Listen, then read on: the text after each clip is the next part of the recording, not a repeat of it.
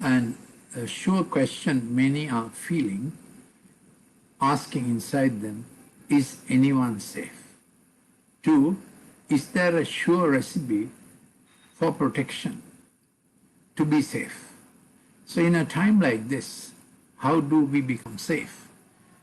Just an example, this COVID virus is diabolical in its origin and diabolical in its action. Because what happens is this COVID virus gets inside our protective immune cells, CD4. It multiplies, hides inside the CD4 and multiplies, T cells, CD4. Then it is supposed to energize or recognize the antibodies and then help CD8 T cells to go attack the virus and swallow it up.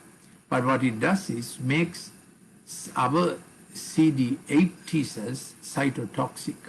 So when that happens, they begin to attack our own cells in the body, in the lung or in the gut, and then the neutrophils go up, the N count goes up.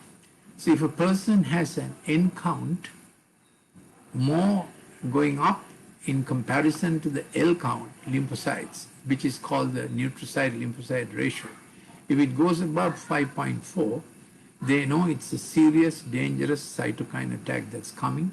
At the same time, the C-reactive protein, CRP, goes up. So I'm just telling you how doctors treat you and how they see whether your life is going to be in danger or not. Then they calculate the platelet over lymphocyte ratio. If it's going above 184, which means the lymphocytes are going down, which are there to protect us, they get destroyed by this terrible virus. That's why this virus is terrible.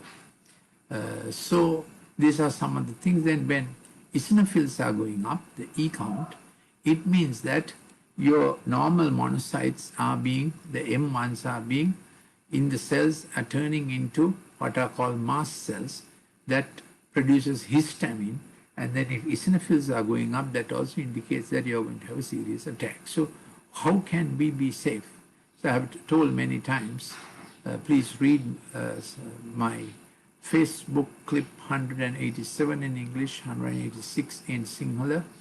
Also you can get my Golden Nuggets app. It's available on Google as well as Apple Store.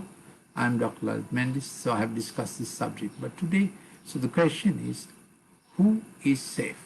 Here is a promise from Psalm 112. And what I saw was, the Lord showed me all the great books that have written and many documents have written.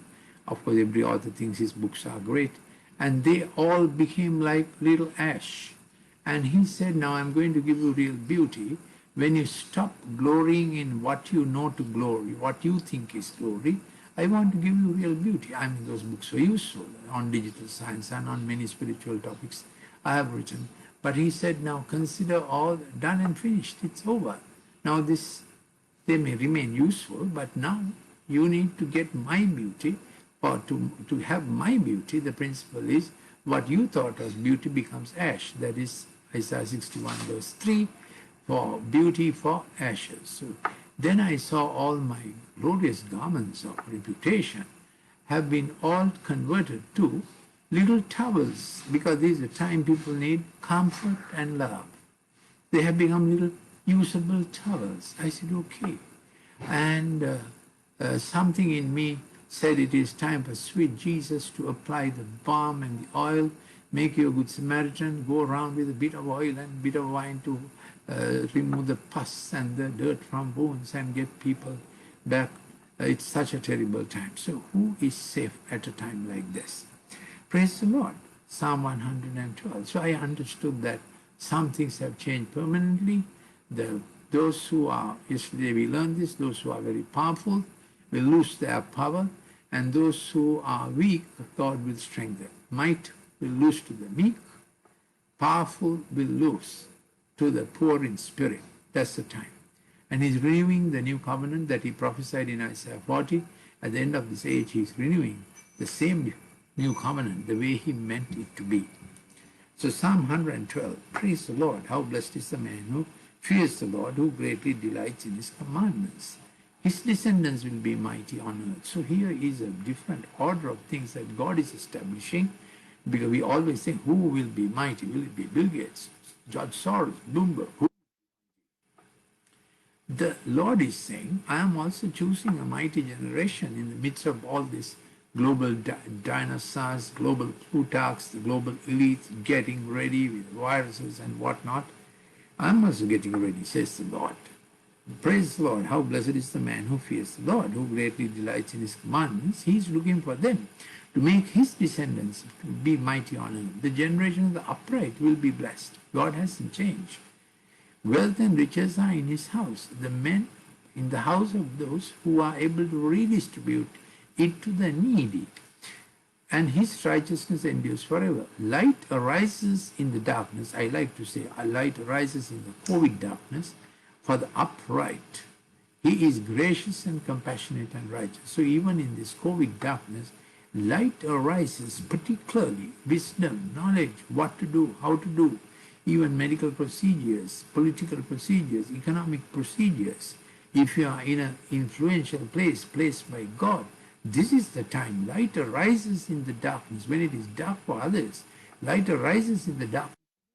He is gracious, compassionate, and righteous. So, on whom does light arise? On those who are gracious, compassionate, and righteous. Let's get to this. Gracious, compassionate, and righteous. Usually, a COVID patient's first 6 days are very trying times, difficulty. The life may be at risk also. So I call it prayer for 6 days. Then comes the 7th day. I call it confession of victory, yet to come. Then comes the 8th day. I call it resurrection, rejoicing. So P for praise, C for confession of what God can do, R for resurrection, rejoicing, restore. How do you like that PCR? Yes, just remember the better PCR. He is gracious and compassionate and righteous. It is well with the man who is gracious and lends. So that will be the kind that the Lord will cause to thrive in these days. He will maintain his cause in judgment. So this is a judgment time. And when people come against you, you will maintain that which is right. So when God's judgment comes on the earth, he will maintain what is right. Now, COVID is not God's creation. COVID was a gain-on-function virus research started by the American CDC, continued in Wuhan. And still they're trying to deny it, though evidence is very strong. That's how COVID started. But it became a judgment about how man has so trusted in science. That's how the judgment came. But in this time, God maintains that God sees to it that the righteous man will maintain his cause in the judgment. He will never be shaken. The righteous will be ever. This is the time. People will say, where are those who said that which was right in the sight of God? And they will not fear evil tidings. Psalm 112 verse 7. His heart is steadfast, trusting in the Lord. His heart is upheld. He will not fear until he looks with satisfaction on his adversaries.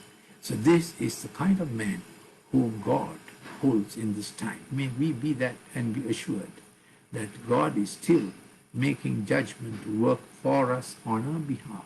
God bless you. God keep you. Today is our 7 p.m. Night of Hope. Please join. It's bilingual.